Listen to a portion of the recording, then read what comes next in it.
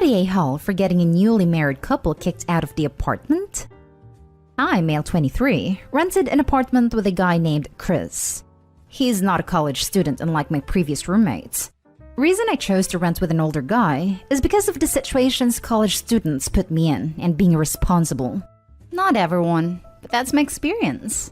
He had a girlfriend at the time that visited 2 to 3 times a week. From what I understand, her family weren't approving of their relationship. One evening, Chris came and brought what I thought was, his girlfriend, and he told me they just eloped and are now married despite his wife's family's disapproval. She brought a small bag with her. Asked if she was going to live with us. He said yes. I asked if the landlord knew and whether any changes were added to the lease since she's living with us. He said the landlord allowed her to stay till she starts working and pay for rent.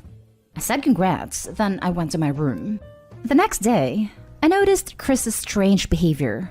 He started asking me to eat breakfast outside and let them have privacy, / asking that I keep my laundry in my room, / asking that I stop bringing certain foods into the kitchen and fridge because his wife's allergic to them, and no more friends over.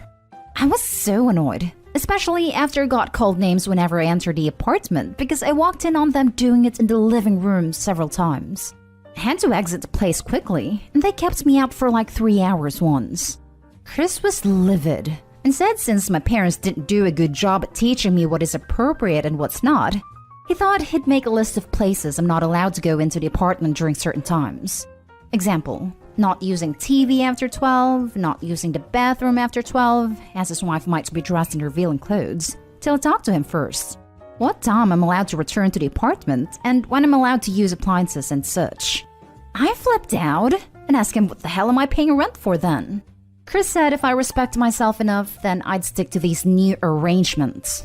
Yeah, well, I had enough respect for myself to go talk to my landlord. So I told him everything. It turned out that he didn't know Chris's wife moved in. He had an argument with Chris and gave him an eviction note to leave the apartment. Chris came back and said he couldn't believe I did this to him. Said he thought we were friends. I remained quiet, till his wife came yelling that they're screwed, that they don't have money to rent elsewhere and family won't take them. I kept shrugging while Chris was screaming at me asking if I'm happy with a newly married couple being homeless because of what I did. Chris been guilting me, saying I should have talked to him about it. Am I the a-hole? Now for the top comments. You're absolutely not the a-hole. Chris seems to think that he can dictate the happenings of the apartment 100% when he only pays, presumably, 50% of the rent. He also obviously lied to you, telling you that the landlord said it was okay. Never have I had a landlord, even the most lenient ones, just allow another tenant without adding them into the lease. It's cute he thought you were friends when he so blatantly disrespected you. This is manipulation. They're homeless because of his doing, not yours. Hands up if you want to bet Chris told girlfriend / wife that the apartment was his, and OP was leasing a single room. So of course he can lay down the law. Probably. Sounds like he's trying to be the big man on campus, which ultimately translates into a-hole, given that he has no ground to stand on. Not a-hole. You didn't do anything to them. They did it to themselves. Their rules were ridiculous, and you absolutely don't have intercourse in a living room you share. They were the ones breaking the rules set forth by the landlord in the lease he signed. And he lied to you about it. You are not the a-hole here, but Chris and his wife are. Yeah. The couch wasn't available the entire time since Chris said didn't feel comfortable with me sitting on it since his wife sits there all the time. Suddenly, I'm seeing why her family didn't approve of this relationship. Chris seems to be controlling idiot. Don't sweat over it. You did nothing wrong. Not the a-hole. Chris sounds like an entitled moron. Nothing to feel guilty about at all.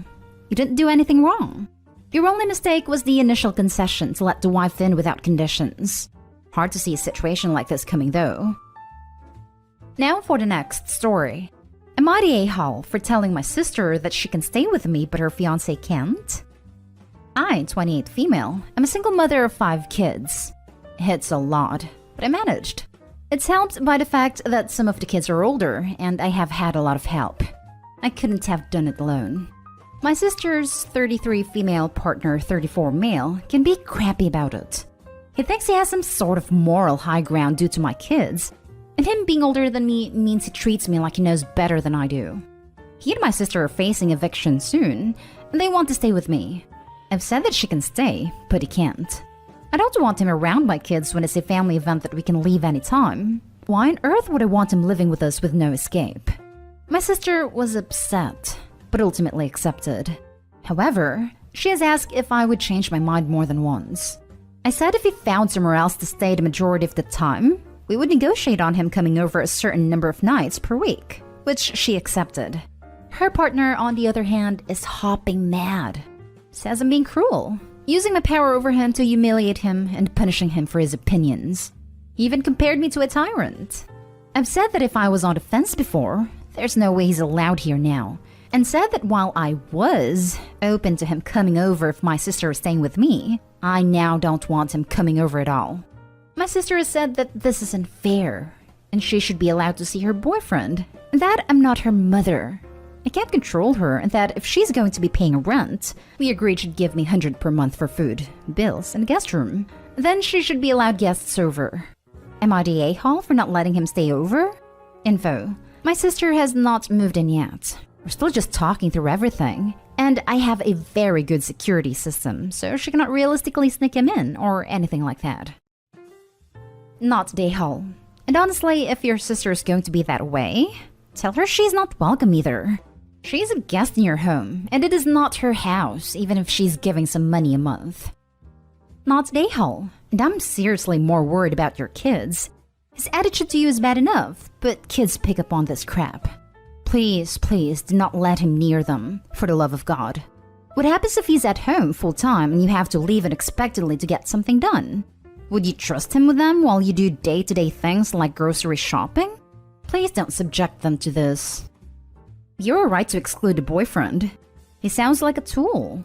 Based on your sister's comments about entitlement based on rent, I'd reconsider allowing her to stay. After a month, it will be, my boyfriend has a right to stay here as I want because I pay rent. This sounds like you're setting yourself up for trouble. Tell them to go somewhere else, and check their attitudes and entitlement if they expect people to want to help them in future. Not day home. $100 a month works out to $3.28 a day. It's laughable. If her boyfriend weasels his way into the house, the rent is further reduced to $1.64 per day for each of them. This is supposed to cover food and utilities too. Not day hole. It's your house and you get to decide who is and isn't allowed in it. Secondly, if this person is like this to you, what kind of things is he going to say to your kids? You've absolutely done the right thing telling him no. And if your sister doesn't like it, she can find somewhere to live, paying a load more than $100 a month, and she can have who likes visit. Thankfully, he's got the sense to not say anything to the kids directly. But my oldest, a teenager, has overheard some things he did not appreciate, which he now holds against the fiancé. I don't doubt that if he was living here for however long they need to get back on their feet, he would say more things that the younger kids may overhear. Next story is titled, Am I the a-hole for telling my brother's girlfriend that, all said and done, she's still a guest in our house? My parents have an apartment in San Francisco that they generously let me and my brother share while we're working out here. They own it. We split utilities, and we've been living here for the past 2 years. I had it to myself for another year or so before my brother joined me. Recently, that is for the past 4 to 5 months, my brother has found himself, as he often does, with a rather quirky girlfriend who just doesn't have a sense of boundaries. When she's not stoned and pretending to do art, she's constantly acting like she's the in-house interior decorator that we hired, constantly giving suggestions and unsolicited feedback. Worse, she's really taken to being comfortable here, and is practically living out of my brother's room. I've caught her lounging in the living room topless or in just a robe, walking around naked from my brother's room to the bathroom. He uses the guest bath, I use the main one attached to my room, hanging her bra and panties to dry on various pieces of furniture. It's just really bad and trashy. I've told him to keep her in line, but he refuses to listen. He's totally smitten with her, and I can't blame the guy. I think the last straw was finding her in her panties on my favorite chair, reading through my mail stash picking out. What? Her mail that is starting to come here now? I yelled at her and said I would appreciate it if she were to give our place a little respect, and realized that all said and done, she's still a guest in our place. And until she at least engaged to my brother, there's no obligation to consider her family, you know? She huffed a little and then said I should mellow out or something. But I was done talking to her and stormed off. Am I the a-hole here? I'm at my wits' end dealing with her. Edit. Ages. I'm male 25, he is male 23, and she's female 22. Now for the top comments. Not the a-hole. She's getting her mail delivered there? Kick her the hell out. Not the a-hole. She could use mail being delivered as proof she's living there. You need her out ASAP. But ultimately, it is your parents' decision, and you need to let them know before it becomes a legal issue. Info. How many days a week is she staying over? Is she there when your brother is not? Does she pay anything towards the bills? Not the a-hole. Until your brother wants her to officially move in, she's a guest and should be more respectful. I'd ask your brother why her mail is coming there. Have they low-key moved her in without telling you? Yeah, I don't know if she actually got mail or is just pretending. I'm gonna bring it up with the parents. I didn't want them to get in our mess, but the deal was we split utilities and that's it. Not the a-hole. Don't get stuck with a squatter claiming squatter's rights. Kick her out quick. Never thought about this. I second this. I live in San Francisco too, and tenant protections here are insane. If she is getting mail and has been her primary residence for more than 30 days, she might have established tenancy, and getting her out will be a nightmare. Talk to your parents immediately and kick her out. If need be, you might need to get a landlord attorney. Now for the last story.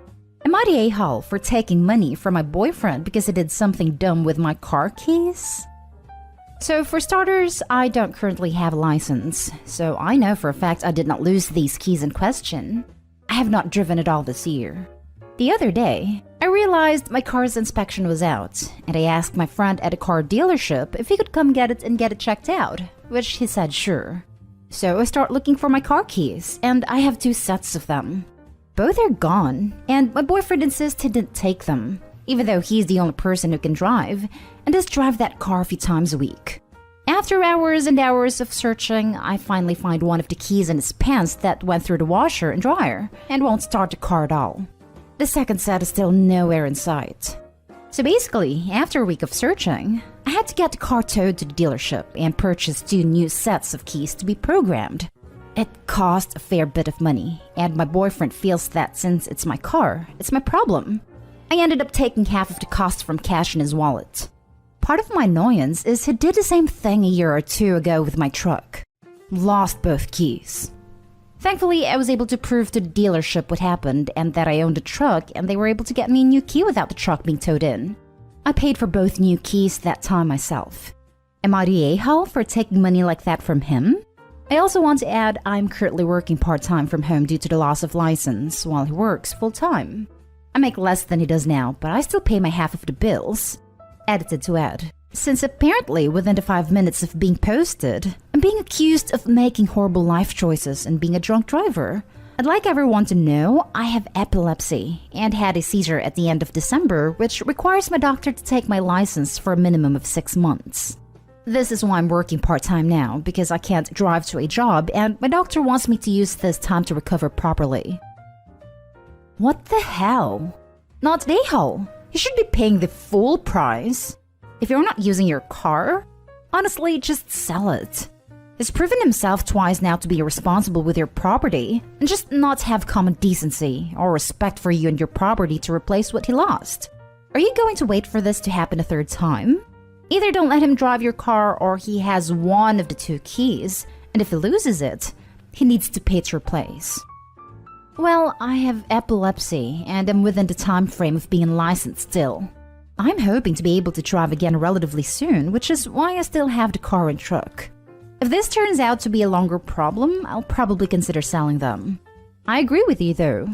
I've started keeping the secondary sets in my nightstand because of what happened with my truck, but apparently he went and looked at backups when he lost the first set and never told me. So he essentially stole your keys, lost them, then expected you to pay? Waste man. He owes you the full price and a genuine apology. Yes, I'm sorry I didn't mention that before. These keys have been in my nightstand since the truck issue, and I rarely need them because I always hang the main keys back up. To be honest, I don't even know when the secondary set went missing because I haven't driven in so long. I could have sworn he just drove the car to work last week, so it had to be relatively recently this all occurred. Info: why are you still together? His inability to accept small responsibility is now causing you to steal. Trust me, I've been asking myself the same thing recently. I feel like breaking up over car keys sounds super silly, but I don't think it's particularly fair for me to be paying about $700 myself and need to pay for my half of the bills because of something he did.